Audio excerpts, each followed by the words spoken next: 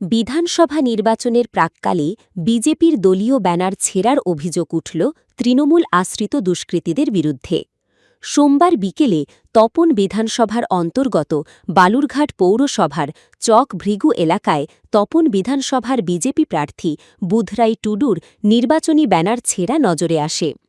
এ নিয়ে কমিশনের দ্বারস্থ হবেন বলে বিজেপির তরফ থেকে জানানো হয়েছে। যদিও বিজেপির সেই অভিযোগ অস্বীকার করেছেন বালুরঘাট টাউন তৃণমূলের সভাপতি সুভাষ চাকি।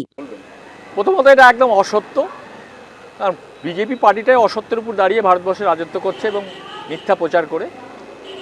আপনারা দেখেন গতকালও বৃষ্টি হয়েছে, ঝড় হয়েছে, তার আগের দিনও ঝড় বৃষ্টি হয়েছে, ঝড় বৃষ্টি সে থাকতে পারে, তবে তৃণমূলের নোংরা রাজনীতি করে না। আর বুধরাই, আমি আর কি বলবো ওকে, ও হয়তো চোখে ঠিক মতো দেখতে পারেনি, একটু ছেঁড়া না ফেটে গেছে বুঝতে পারেনি। একদম তৃণমূল ওই ধরনের রাজনীতি বিশ্বাসই করে না, একদম বিশ্বাস করে না। দেখুন, ভারতবর্ষ হলো গণতন্ত্র দেশ, কিন্তু পশ্চিম বাংলায় গণতন্ত্র বলে কিছু নেই। আজকে তৃণমূলের কাজই হচ্ছে গুন্ডাগিরি করা। আজকে আমার পোস্টারটা কি অপরাধ করেছে যে সেই পোস্টারটাকে ছিঁড়তে হবে। এখান থেকে বোঝা যায় কেন ছিঁড়ছে, তারা হারবে।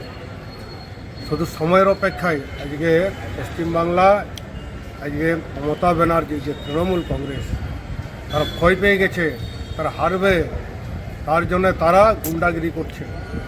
প্রসঙ্গত, সোমবার বিকেলে চক ভৃগু এলাকায় একটি বিজেপির ব্যানার ছেঁড়া নজরে আসলে বিজেপির স্থানীয় নেতৃত্বরা ঘটনাস্থলে যান।